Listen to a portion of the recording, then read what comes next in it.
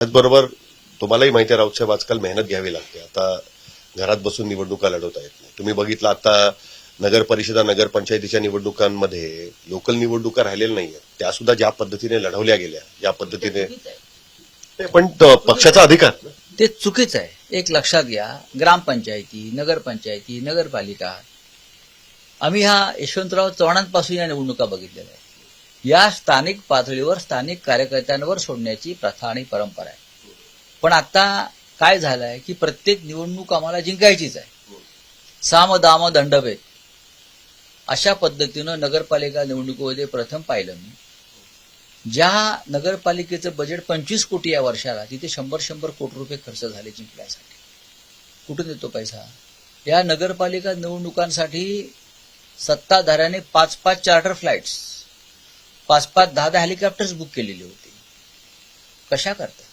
काही निवडणुका आपण लोकांवर सोडल्या पाहिजे. आता जर त्याचं स्वरूप बदललं असेल तर तुम्हालाही त्या स्वरूपात जावंच लागेल ना. ही जायला पाहिजे. पण ज्या पद्धतीनं पैशाचा वारेमाप तुफान वापर सुरू होता, तुफान, त्या हत्तीच्या पायाखाली जाण्यापेक्षा आम्ही कार्यकर्त्यांवर सोडलं. तुम्ही आम्ही आहोत तिकडे, काय अडचण असेल तर तुम्हाला कार्यकर्त्यांना निवडणूक लढायची. ठीक आहे, आमच्या जागा कमी आल्या, पण आमचं मतदान जर तुम्ही पाहिलं, आमचा मतदार जागेवर आहे. ठीक आहे, आमच्यापेक्षा कोणी 500 मतांनी जास्त आहे, ही विकत घेतलेली मतं असतात. एकनाथ शिंदे यांनी या निवडणुकीत सगळ्यात जास्त पैसे खर्च केले. हा पैसा येतो कुठून, याचा कोणाला प्रश्न पडलाय? भाजपच्या विरोधात लढून सुद्धा त्यांच्या निवडून आले.